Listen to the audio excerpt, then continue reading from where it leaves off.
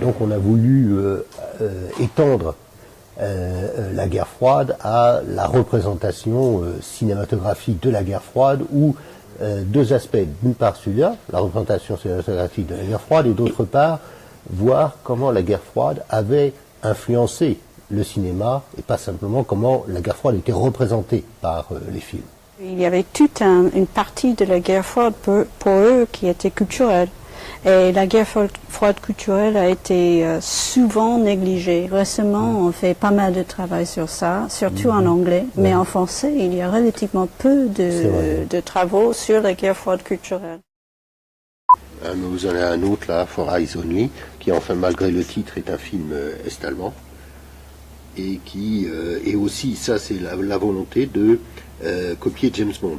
En fin de compte, c'est un agent de la Stasi qui se fait passer pour un agent double auprès des Américains et dévoile un affreux plan des Américains et de l'OTAN d'attaquer la RDA.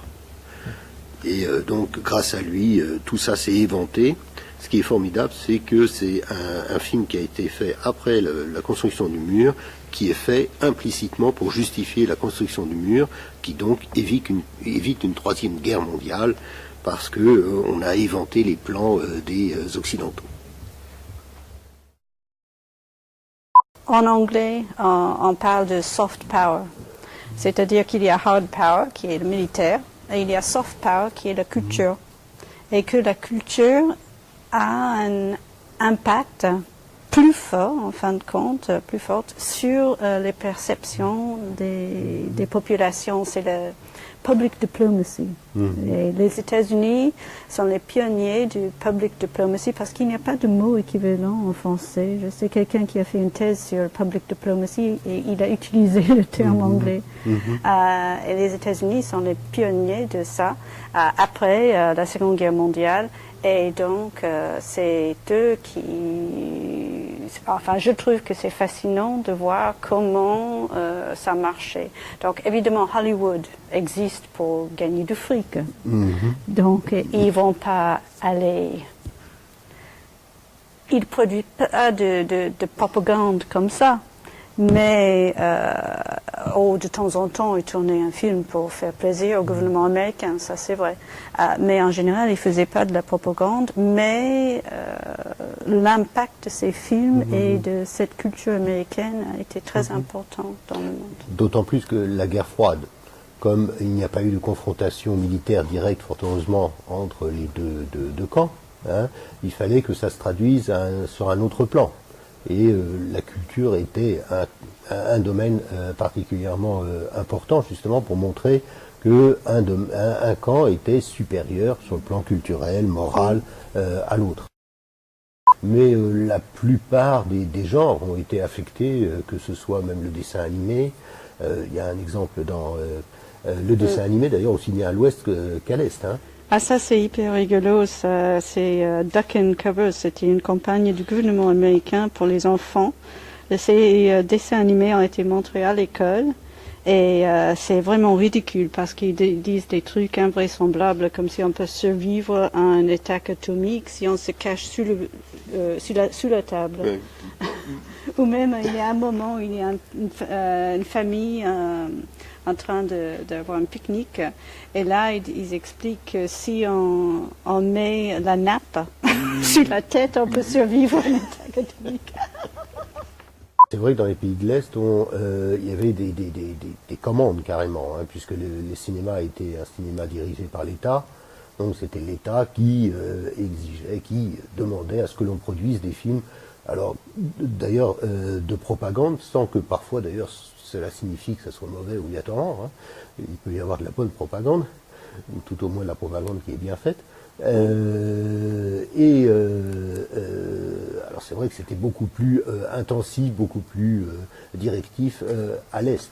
Par exemple, il y a une série télévisée russe des années 70, de 72, 73, 17 jours de printemps, qu'on peut voir. Et d'ailleurs, Mosfilm a mis quasiment tous leurs films de la guerre froide, et même avant, sur Internet et sur YouTube avec des sous-titres en anglais. Donc on peut voir tous ces films, et certains sont pas mal. 17 jours de printemps, C'est une série télévisée, c'était commandé par Andropov pour améliorer l'image de KGB, et qui avait une mauvaise image. Et ça a marché parce que cette série télévisée était la série télévisée préférée du jeune Poutine. Et a influencé Poutine pour devenir espion.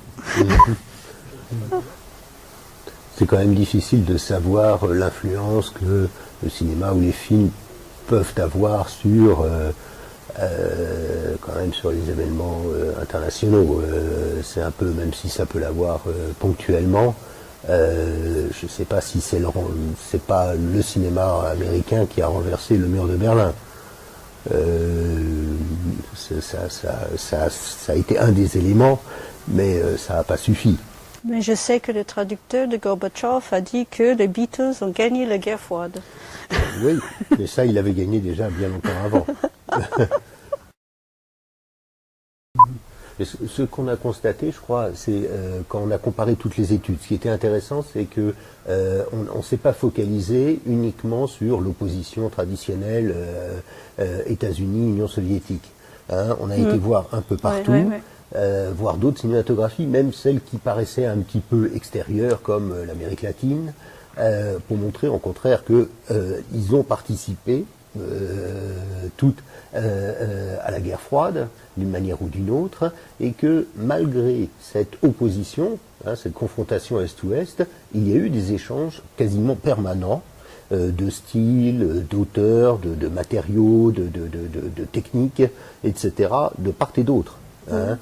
Et même si, d'une manière globale, comme je vous ai dit, les aspirations étaient plus fortes à l'Est pour ce qui venait de l'Ouest que inversement.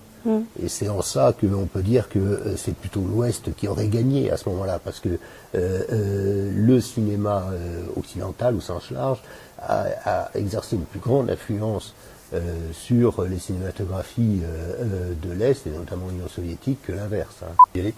Non. Oui, James Bond, c'est le héros emblématique de la guerre froide, et pourtant, en fin de compte, il s'en affranchit assez vite de la guerre froide, et par exemple, il trouve souvent d'autres ennemis que l'ennemi soviétique classique. Ouais.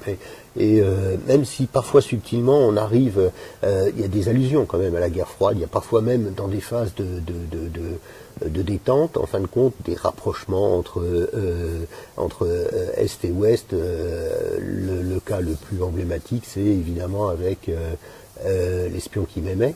Hein. Mais en général, James Bond s'affranchit peu à peu simplement du cadre un peu trop étroit de la guerre froide, hein, parce que c'est un peu trop contraignant pour. C'est pour ça d'ailleurs que le héros a réussi à survivre à la guerre froide. Il est né dans la guerre froide, mais il a continué à évoluer. Il y a des travaux sur Bond qui ont montré comment. Enfin, les romans sont différents des films, et les romans sont beaucoup plus, au moins au début, focalisés sur la guerre froide. Mais aussi, certains universités ont montré le lien entre le déclin de la Grande-Bretagne et le fait que Bond est de plus en plus impliqué dans la guerre froide. Au début, les Britanniques pensent, avant Suez d'ailleurs, ils pensent qu'ils sont toujours une puissance mondiale. Donc Bond est quand même quelqu'un qui joue un rôle dans la guerre froide. Après Suez, ça devient de plus en plus fantaisiste. Mais moi, je pense surtout à quel est le film qui se passe à Fort Knox? C'est Goldfinger. Oui. Goldfinger, c'est magnifique parce que les Américains sont incapables de sauver le pays. Il faut un Britannique pour faire ça.